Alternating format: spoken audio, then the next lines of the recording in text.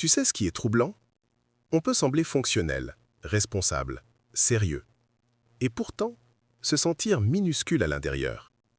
Dis-moi honnêtement, quand quelqu'un te complimente, est-ce que tu réponds par « Non, mais j'ai eu de la chance, ce n'était pas si compliqué, tout le monde aurait fait pareil ». Si oui, reste avec moi. Parce que le manque d'estime ne crie pas, il chuchote. Il ne se voit pas toujours dans la timidité, il se cache dans des détails. Premier signe, tu t'adaptes en permanence. Tu modifies ton opinion selon la personne en face.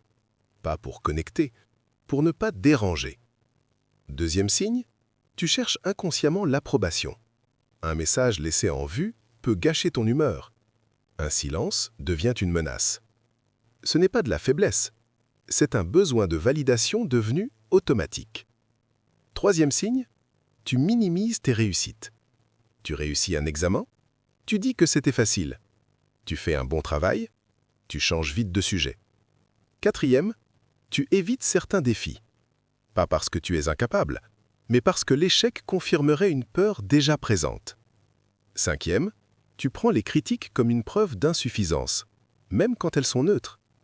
Sixième, tu dis oui alors que tu voulais dire non, et ensuite tu t'en veux.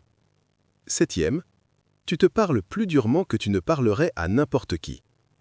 Si tu t'es reconnu, respire. Ce n'est pas une étiquette, c'est un point de départ. L'estime personnelle ne se reconstruit pas par des phrases motivantes, elle se reconstruit par cohérence. Commence simple. Aujourd'hui, accepte un compliment sans le rejeter.